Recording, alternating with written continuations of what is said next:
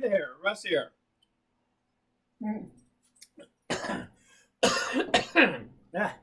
Boy, that went down wrong. Welcome back to the shop.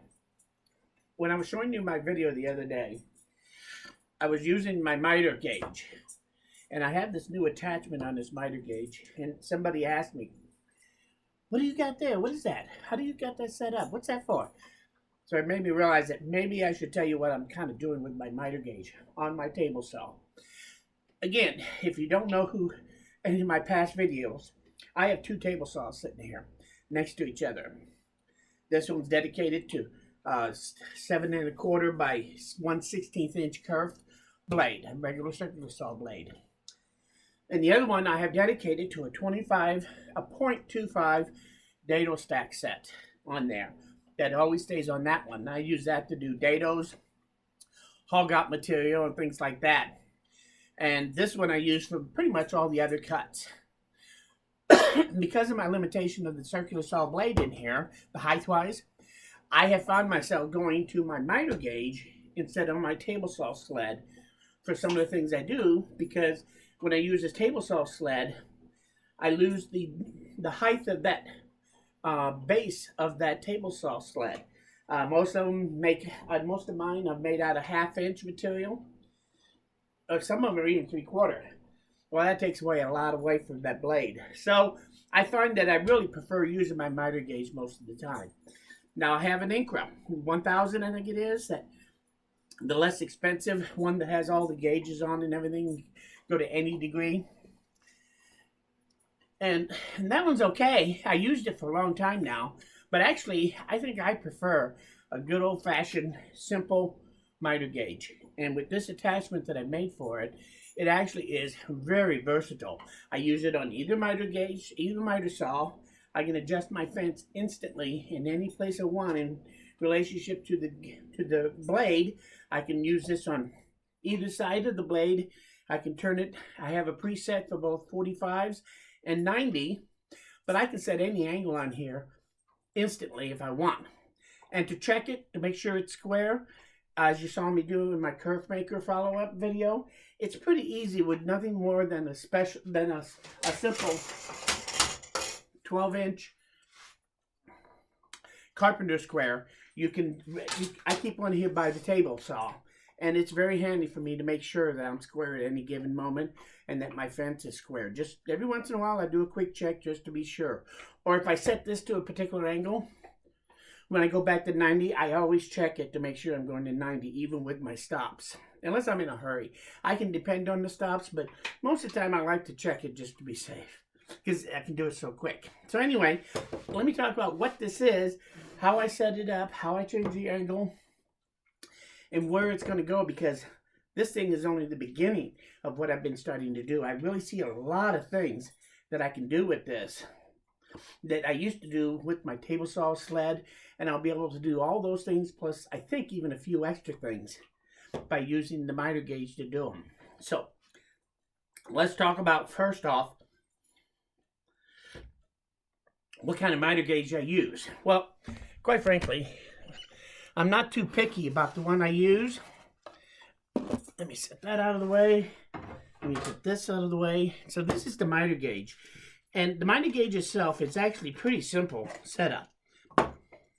It's just an old-fashioned, simple one. Now, I like this one because it has the 2 slots here for attaching a fence to it. Some of them have bolt holes to it that you have to screw down somewhere or another. But this one works real good for me.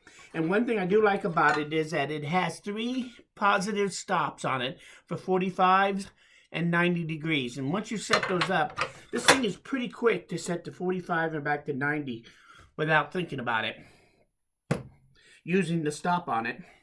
And I do have them set accurately, so that I can go on the fly, make a change, do a cut, and move it back to 90.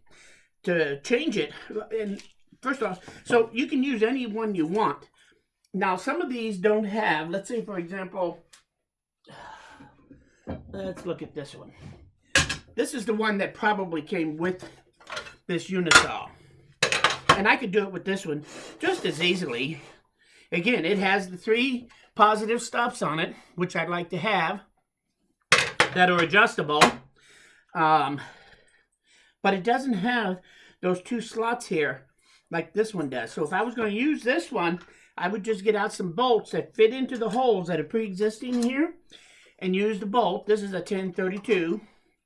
Put 2 bolts in there, and I would put a piece of wood, plywood or something, 3/4 of an inch on here, and I would super glue it down, put these on there, super glue, so that everything would be permanently mounted on here.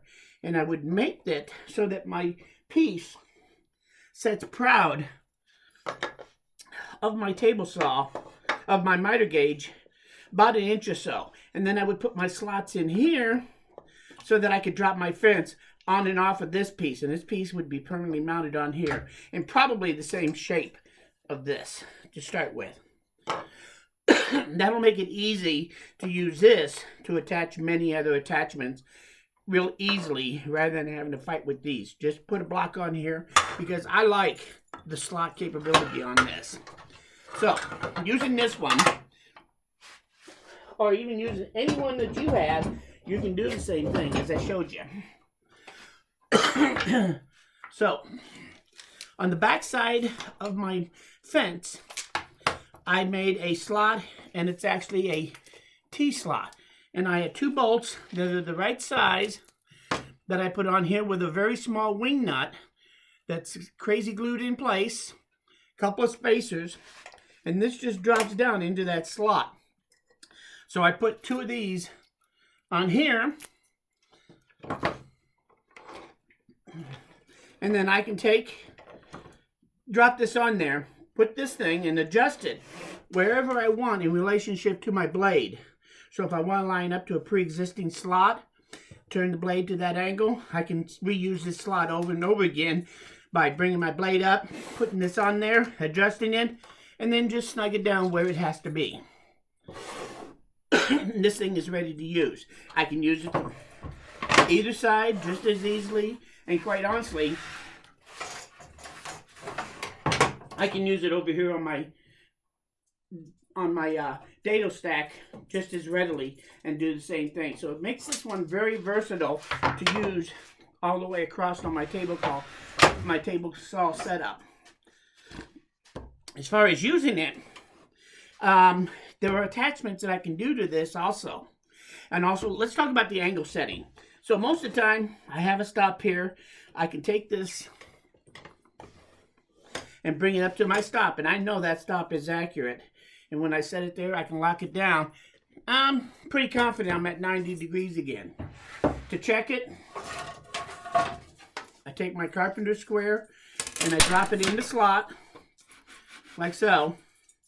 And sometimes I'll bring my fence over and come close, but not touching that, and lock this down so that it's over the slot, so I can push this back against my fence and check it. Or I can pull it forward and check it using the guide rail here or here. And then just check and make sure that I'm at 90 degrees here, which I am. If I wasn't, I could easily loosen it up and come in here and bring it to 90 degrees, just like that. Snug that down, and guess what? I am right at it again. So, and I'm set to 90. So it's easy to set this back to 90. 45s, it's just as easy. To do a 45, I could go this way, loosen it up. Now, because of these knobs, if I'm going to go all the way to a 45, this way, let's say, this knob interferes with this knob. So, if I'm in that position where I'm going to use it at a high degree of angle, I loosen these up, and quite honestly, I just take that one out of the way, and I use only one here. Now I can bring this up,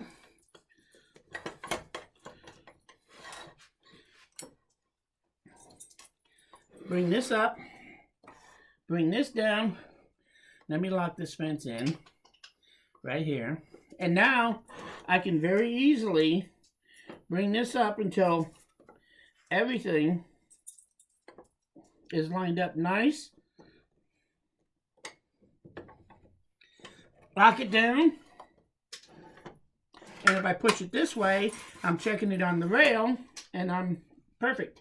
45. So now, when I want to use this, and honestly, I don't care where I use it again. I can use it on this side here.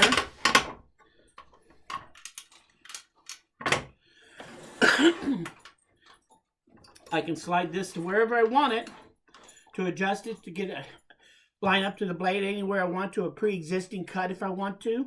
And I can use this now in this position. When I'm done, loosen it up. I can flip this up and go back to 90. Like so. Or I can just bring my fence over, lock it down,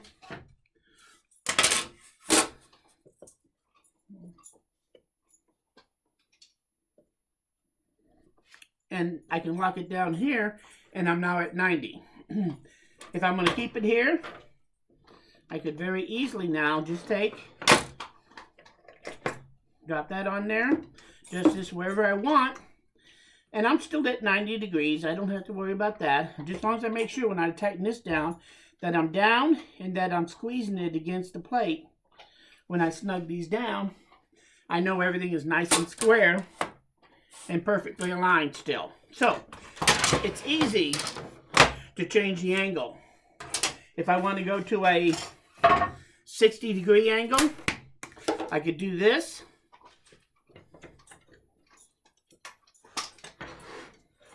And let's bring this over this way a little bit.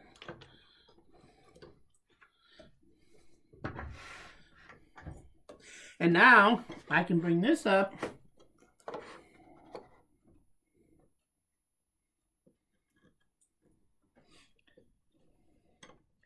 And as long as I'm under 60 degrees, I can actually leave both of these in there. It's only when I go over 60, I have to take the one side out. If I flip it the other way, this is the one I would remove from it. And like I said, I can use just one in this if I need to for whatever I'm doing. 2 is always better. But now I'm set to this angle. So if you want to set it to any angle you want, the best way I like to do it is I just go over to my miter saw and I cut that angle. And it doesn't matter what the angle is going to be. I just cut it out on a reasonably wide piece of wood. And now we can set to this angle, which happens to be 22 and a half degrees. Loosen them up. Let's loosen this up. And now, whoops, I have to take the one off. We are going less than 60.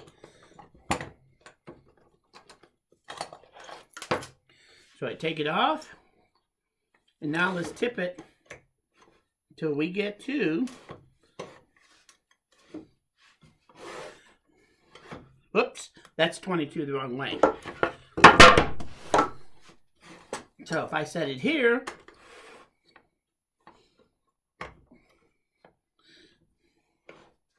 and I bring it up,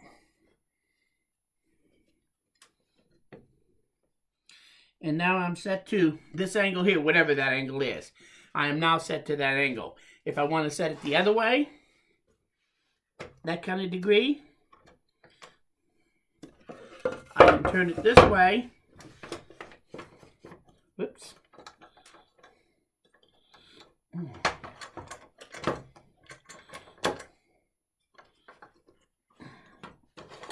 Turn it this way.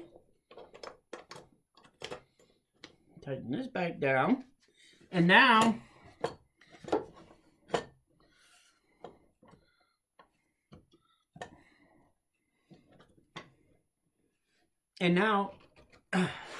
I'm set to 22 degrees the other side. So at whatever angle I need, I can do a quick cut on a piece of scrap plywood. And I can even do that, like if I am doing a 90-degree cut, but it's actually 92, I can cut my board to the angle I want, even at 92. Use that to set my miter gauge to that angle, so I can set this to virtually any angle as long as I have a miter saw that I can cut an accurate angle on. And now I can use this over here, or if I want, I can put it over here.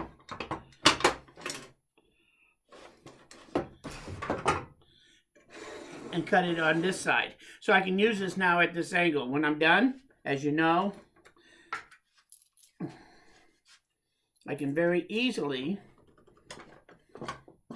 go back to 90 degrees in just a matter of seconds. Go back to my original setup. And let's put it over here. Let's set it up to this blade right there. To this slot in the blade. Put my stop up. Hold it there. And lock it down. And now, this thing is ready to use in 90 degrees again. Am I 90? Well, I don't know. Let's check it. Looks good to me. So, just that quick and easy.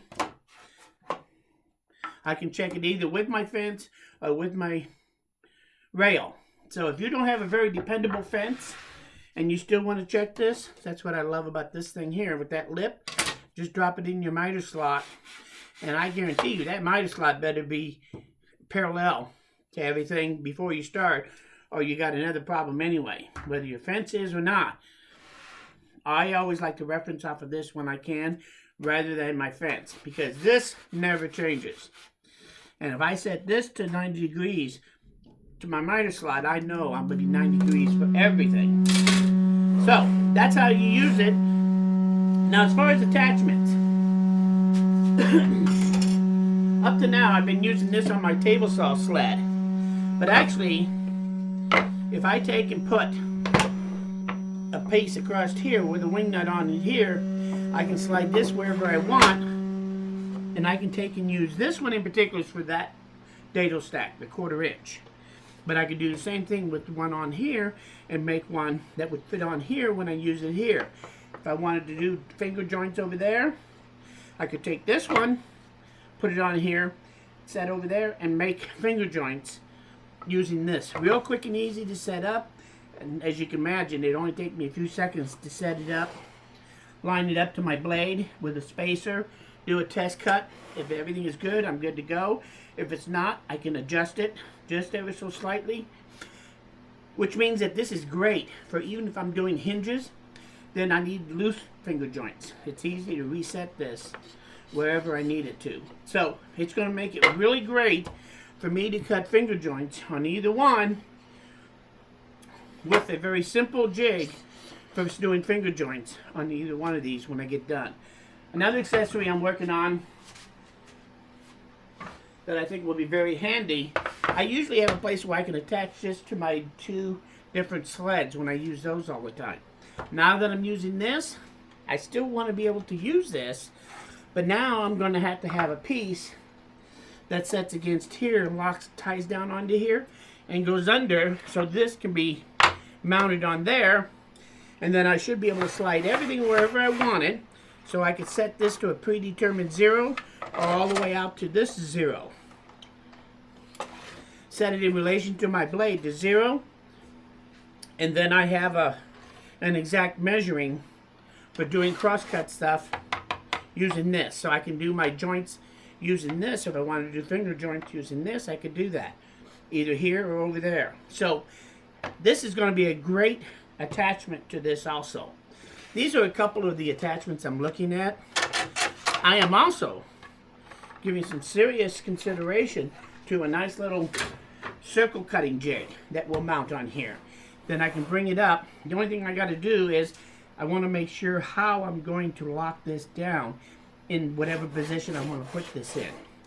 I have one bolt hole here. I may drill another one and tap it so that I can actually mount something directly on this rail here that will then be used for doing circle jigs, and that have some kind of locking nub back here so that if I want to lock it down so it doesn't move, I'll also be able to do that. So I'm kind of working on how to do that, and I'm not sure exactly how's my best way to get this to lock in place wherever I want it. But I'll come up with an answer sooner or later. When I do, I'll let you know, because sometimes I think I'm going to want this to be attachment on it, slide it up, and then I can use that attachment here. I think this will also be very handy when I want to do, because I also want to make a jig for this, for making dowels right on my table saw. That'll probably be done on my other table saw over there though, my dado stack one, because I think that'll cut the dowels out, smooth them down to the right dimension a lot easier on the dado stack blade than it will on a thin curved blade. So, but that's the beauty. I can move this to either one and use it. So, that's where this is at. I wanted to give you a quick review. And quick is not necessarily the most accurate word. Let me reset this. And it's kind of spreading out. Anyway, that's my miter gauge. You can do it with any miter gauge. I like simple. As you can see, I can make my adjustments to my angles, referencing off my fence or my miter gauge slot on my table saw to make sure that the angle on my miter gauge is set. You don't need anything fancy. Those are nice to have, but what I'm doing here is I have a $40 miter gauge. And again, if you get one with almost any saw, it probably is more than adequate for your use on that table saw. So you don't have to spend any real money. And the only money I'm spending on this is this upper track that's aluminum. And you could actually make that and put it in the wood just like I did for this one here, this T-track. So that's it in a nutshell. It's pretty straightforward. I also, as you saw, I can use it as a stop block to reference my fence, to do certain things with my fence. So this thing has actually become very handy. And I find that since I started using this, about a little over a month ago, I haven't picked up my table saw sled once. I've done everything with this, and I actually like it. So I got to make it a little different. There's some improvements I want to make to it. For one thing, I want to put sandpaper on the front so that when I set something against it, it doesn't slide so easy. This is too slippery, being hardboard.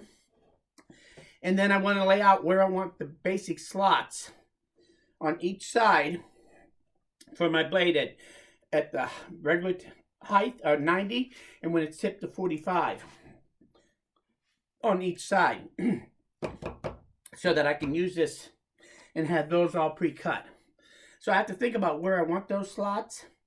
And then if I need a special slot, I can go anywhere on the thing and do that. If later on it gets too chewed up, I'll just lay another 1/4 inch hardboard on there and glue it down with a new piece of sandpaper on it and start over. So it's no big deal. I think this thing will last a long time. Mine in particular right here, just so you know, is 20 inches long. How long do you want to make yours? I don't know. Right now, 20 inches seems to be a fairly good size for me on this table saw for the types of things I do.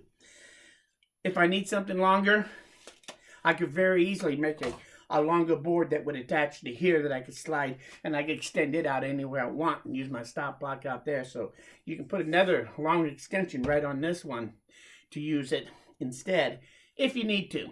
So I don't know why you need it to be super long unless you're doing mostly long stuff, in which case you might want to have another attachment like this that's longer so you can switch between the two.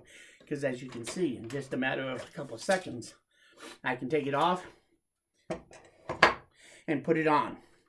And it's ready to go that quick. So I like it. I like the way it's set up. I like this better than the table saw sled because I can change my angle very easily and change it back. And I do it most of the time with nothing more fancy than just a carpenter's square. So, do you have any questions about this? Any suggestions? Because I'm still looking for ideas on this. This is just a start. And who knows where this thing's going to end up. But I do like simple. And I think this is definitely one example of simple. So, if you learned something here, you like this video, hit that like button. All comments, all ideas, you know what to do with them. But make sure you hit that like button because it lets me know I'm doing the right thing. Most importantly, please come back again because I'm nowhere near done. But I think I'm going to be done on the table saw for a little while. Unless you have more questions about anything. Hopefully I answered your questions on that easiest box too, because I've done all the different phases. And I don't think I want to do one from start to finish, glue up and all, because that thing would be an hour and a half long probably trying to film it while I do it. Maybe one of these days I can do one and learn to do fast forwards. Nah, I don't want to edit. Anyway, I think I'm done showing you stuff on the easy box. You should be able to understand the basics. Make a few of them. Get a feel for it. Know when you have to do a shooting to straighten out the angles or not. Know how to set up a table saw so you can do those cuts that you have to make and be able to do it relatively quick. Because if I sit down and just grab some wood, set up how big I want to make my stuff, cut myself out a little magic block, get my curve maker ready, and I can make a box in under 10 minutes, including putting it on glue in it and throwing it together if I really want to. And it'll be dead on when I glue it up. So I really don't even have to do a dry fit. I'm that confident in how this is set up and the fact that everything is dead on. It's important that everything is dead on when you start. It really makes things go a lot faster. So I'm rambling again. You're right. So anyway, just remember, I am nowhere near done. So please come back and we'll see you again soon. Bye.